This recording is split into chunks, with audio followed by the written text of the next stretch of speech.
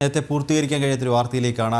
കൊച്ചി ചെല്ലാനം കണ്ടക്കടവ് പാടശേഖരത്തിലെ പത്താഴത്തിന്റെ പ്രവർത്തനങ്ങൾ നിർത്തിവെക്കാൻ village officer ഉത്തരവിറക്കി. കായലിൽ നിന്നും പാടശേഖരത്തിലേക്ക് അനധികൃതമായി വെള്ളം കയറ്റുന്നത് ജനവാസ മേഖലയിൽ വെള്ളക്കെട്ടിന് കാരണമാകുന്നുവെന്ന പരാതിയിലാണ് നടപടി. അനുമതിയില്ലാതെ പാടശേഖരം നടത്തിപ്പുകാർ തുറന്ന രണ്ടാമത്തെ പത്താഴത്തിനാണ് സ്റ്റോപ്പ് മെമ്മോ നൽകിയത്. വെള്ളക്കെട്ടിൽ വലയുന്ന ജനങ്ങളുടെ ദുരിത ജീവിതം ജനം TV വാർത്ത നൽകിയിരുന്നു. ജനം ഇമ്പാക്റ്റ്.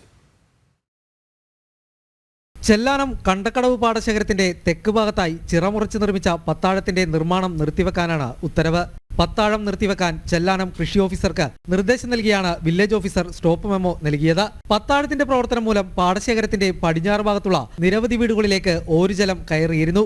കണ്ടക്കടവ്, ഒറ്റത്തറയിലും അരക്കേക്കുഴി ഹരിജൻ കോളനിയിലുമുള്ള 250 വീടുകളാണ് വെള്ളക്കെട്ട് മൂലം ദുരിതം നേരിടേണ്ടി വന്നത്. വെള്ളക്കെട്ട് രൂക്ഷമായതോടെ പ്രദേശത്തെ നടവഴിയടക്കം മൂടിയിരുന്നു. വീടുകളിൽ നിന്നും ആളുകൾ പുറത്തിറങ്ങാൻ വഞ്ചികൾ ഉപയോഗിക്കേണ്ട അവസ്ഥയിലായി. സ്ത്രീകൾ പുറത്തേക്കിറങ്ങുമ്പോൾ പ്രധാന റോഡിലെത്തി അവിടെയുള്ള വീടുകളിൽ നിന്നും വസ്ത്രം മാറി യാത്ര തുടരേണ്ട സ്ഥിതിയായിരുന്നു. ഉപ്പുവെള്ളം കയറുന്നതിനാൽ വീടുകളും നശിക്കാൻ തുടങ്ങിയിരുന്നു. ദുരിതമനുഭവിക്കുന്ന 250 വീടുകളിൽ ഒറ്റയ്ക്ക് താമസിക്കുന്ന സ്ത്രീകളും കിടപ്പ് രോഗികളുമുണ്ട്. ഒരു പത്താഴത്തിലൂടെ കായലിലെ വെള്ളം കയറ്റിയിരുന്ന പാടത്തേക്ക് രണ്ടാമത് ഒന്നുകൂടി തുറന്നതോടെയാണ് ജനവാസ മേഖലകൾ വെള്ളത്തിൽ മുങ്ങിയത്.